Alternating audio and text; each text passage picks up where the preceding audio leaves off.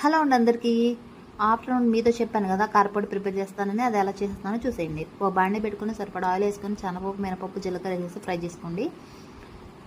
ఎందుకంటే చెప్తున్నాను, ముందుగానే మీరు లో ఫ్లేమ్లో పెట్టుకొని ఫ్రై చేసుకోండి, లేకపోతే మాడిపోతాయి అనమాట. మాడిపోతే ఫ్లేవర్ పోద్ది. అలాగే లాస్ట్లో ఇది ఫైన్గా ఫ్రై అయిపోయింది అనుకున్నప్పుడు దీంట్లో 2 గుప్పెళ్ళు, అంటే మీకు తగినంత, మీరు ఎంత అయితే క్వాంటిటీ తీసుకున్నారో అంత ధనియాలు వేసేసుకోండి. ధనియాలు కూడా వేసుకొని ఫైన్గా ఫ్రై చేసుకొని పక్కన పెట్టేసుకోండి. వేరే గిన్నెలు తీసేసుకోండి. ఇది అదే ఆయిల్లో ఎండుమిర్చి, చింతపండు, ఉప్పు కూడా ఫ్రై చేసుకోండి.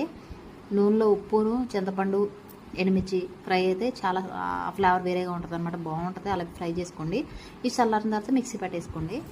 మిక్సీ పట్టేసుకున్న తర్వాత నెక్స్ట్ వచ్చి ఓ 5-8 ఎల్లుల్లిపాయలు తీసుకొని మళ్ళీ అది కూడా వేసి మిక్సీ పట్టేసుకోండి. ఫ్లేవర్ మాత్రం మంచిగా వచ్చేస్తుంది అరోమా.